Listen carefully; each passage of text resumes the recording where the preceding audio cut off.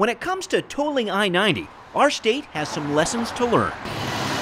Take it from Mercer Island School Superintendent Gary Plano. I don't want to see tolls in I-90 because I think it's a Band-Aid solution. What Plano calls a Band-Aid for our state's transportation budget would be a bitter pill for the school district, Mercer Island's largest employer.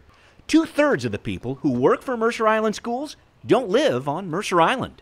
Adding a toll would significantly impact the quality and the number of applicants that we would have for jobs. Plus, schools here are in the middle of a major reconstruction effort, set back by a levee that failed last year. Tack on a toll that Mercer Islanders would pay basically to drive anywhere off the island, as much as $1,900 a year, and Plano says schools would be in big trouble. Adding a tax on to the residents who live here will greatly impact the ability of the school district to continue its rebuilding of its present infrastructure.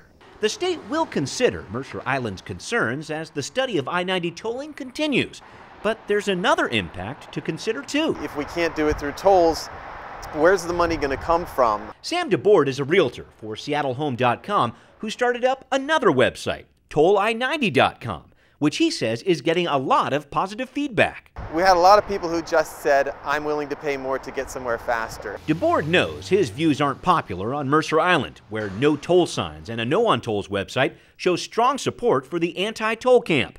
But DeBoard, who lives in Bellevue and uses I-90 and 520, says he's just trying to be realistic about reducing traffic in our region. 15,000 cars a day are diverting onto I-90 right now to avoid the toll on 520. And DeBoard wants to even things out. He says, as our legislature deals with a $1 billion budget deficit and a Supreme Court ruling to put more money in education, tolling I-90 is the right way to raise money for Puget Sound area transportation projects. If there was another way to fund it, we'd be just as happy with that. But right now, this is the #1 option. Tolling I-90 to pay for 520 has been an option for years, says Representative Judy Cliburn, the Mercer Island Democrat who chairs the House Transportation Committee. It was headline news at the time, but I don't think everybody read the headlines. Cliburn says when the legislature signed off on the 520 bridge project in 2009, lawmakers knew the financing plan was $2 billion short. Through better financing and project efficiency, the deficit on 520 has been knocked down to $1.4 billion. Beyond that, though, Cliburn says the financing plan is clear.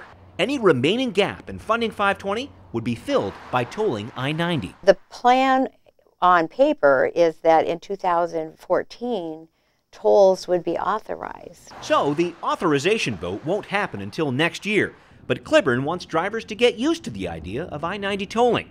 Funding for major highway projects is shrinking as cars get more efficient and state gas tax revenue continues to fall. Cliburn says tolling provides a reasonable way to pay for our roads. We need to have that infrastructure.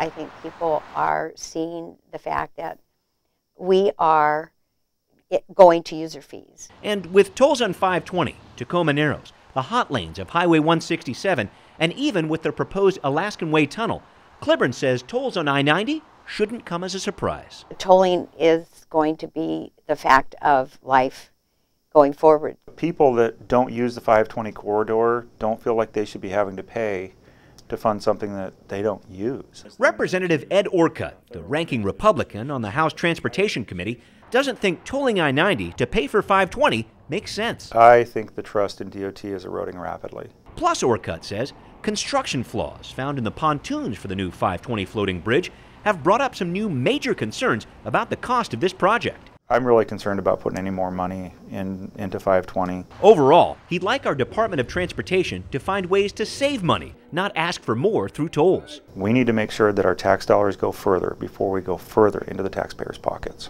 So can the state save enough money to prevent tolling on I-90? Judy Cliburn says no. There are things about efficiencies that work, but they don't fund bridges. That said, expect a big fight, especially from Mercer Islanders, over paying to use I-90. An idea that some drivers believe amounts to highway robbery.